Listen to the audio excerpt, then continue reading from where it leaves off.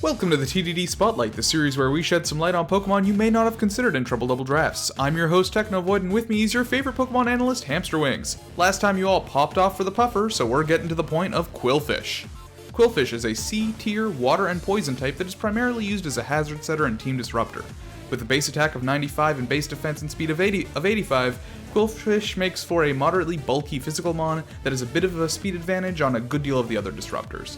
Unfortunately, Qwilfish is quite weak on the special side of things, sporting both a special attack and special defense of 55, with its base 65 HP not really doing it any favors either.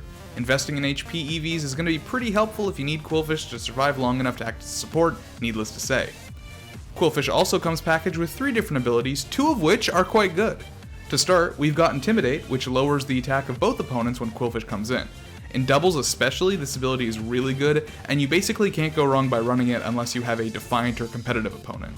This ability works great for a supportive Qwilfish and should always be considered. Poison Point is the weakest of Qwilfish's abilities, as it'll make any opponent that makes contact with Qwilfish have a 30% chance to get poisoned. While you might find some niche use for this ability on a team centered around poison, almost all contact moves are physical, so you're going to get more mileage out of Intimidate anyways. Finally, we've got Swift Swim, an ability that doubles the Pokemon's speed in rain. We all know how powerful rain can be, and Qwilfish fits right in with this ability, which turns its otherwise rather average speed up to ridiculous levels, allowing the Pokemon to take over a sweeping role when needed, or just otherwise be a really fast hazard setter. And I'm going to pass it on over to Hamsterwings to talk about some Qwilfish sets. So a lot of times we say something along the lines of, this Pokemon's great if you pair it with X. Qwilfish can be a lot of X's.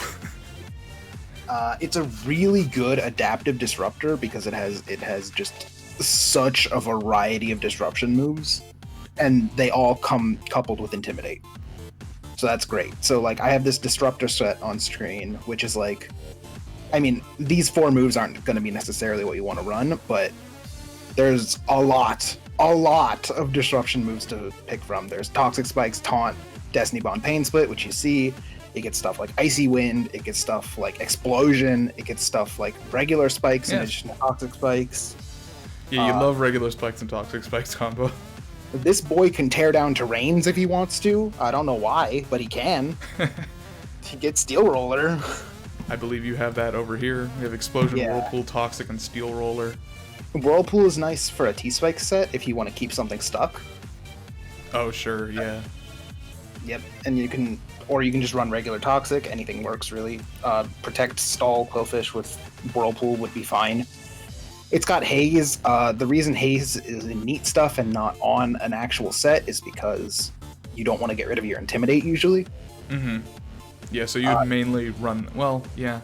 I guess I can't think of a reason to run that on a Swift Swim set. I mean, there is no set for it here, because I didn't make one, but there are, like, Swift Swim Disruptor sets.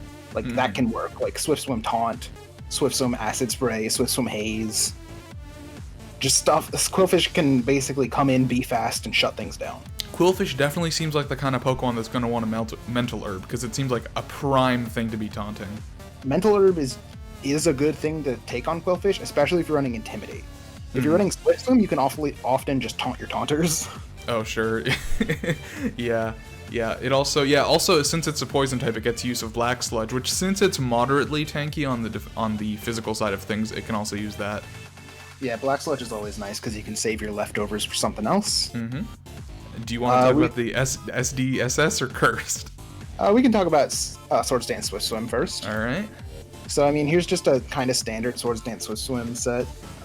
This is if you want to use Qwilfish offensively. Usually, you'd probably only do this to catch someone off guard because they're expecting a disruptor set. Mm-hmm. Because that is a lot more common and generally more effective. However, this type of Qwilfish is particularly good at anti-rain. Like if you're facing a rain team. Oh, sure. Yeah, that makes a lot of sense. Yeah, because, I mean, in TDD, we have a lot of rain teams. So you run into one of those, yeah, you get that. You could also, yeah. It's great. You pick like a generalist disruptor that can also sort of counter rain in parts. That's true. Yeah, you could also switch out potentially the Swords Dance and the Focus Sash for like a Life Orb or something. Yep. You get something like that. Maybe even, well, no, you probably want to save your Z move for something else. Something with a higher attack stat, I'm guessing. You could also just like instead of Throat Chop, you could always run Explosion if you wanted to. Mm-hmm. One thing that, yeah, pair that in addition with like Normalium Z if you just want to nuke something. One thing that I think might be worth mentioning is that you are losing some base power, but if you, instead of Liquidation, run Waterfall, since you're Swift Swimming, you have like a 20% chance to flinch on that, I think. Yep. So that's good. You are losing some BP, and Liquidation, I think, has a chance to lower defense. Yep. But yeah, you are getting the flinch chance on that. And then finally, this Cursed set. Yeah, the Cursed set, which revolves around, Curse. Aw, dude. This set's terrible. I hate it, and I love it.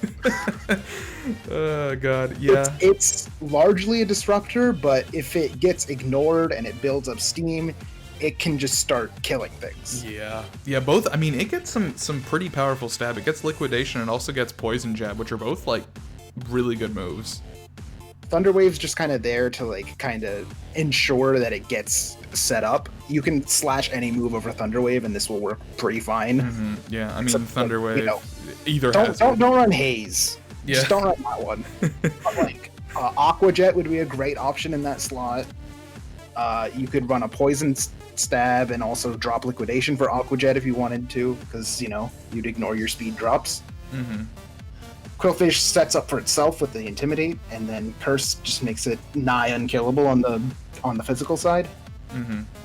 Yeah. Given that Qwilfish isn't like that much of an offensive presence, you would obviously need to pair this with something that can take special hits or redirect. Yeah. I mean, and with 55 special defense, it's definitely not taken like a psychic, and also its attack is not great. It's 95. No, it's nothing special. Yeah. But the point is here that this is a really good mix-up for a draft. Yes. Yeah. Qwilfish, like, when you dive into what Qwilfish can do, it has just a lot of options. Generally, the most, like, stable option is going to be some sort of disruption, but it has this other stuff so that it's not going to be, like, a dead slot on a team. Absolutely, yeah. So yeah, since Qwilfish is so weak on the special side of things, you do need to keep track of any specially offensive Pokemon that your opponent's going to have.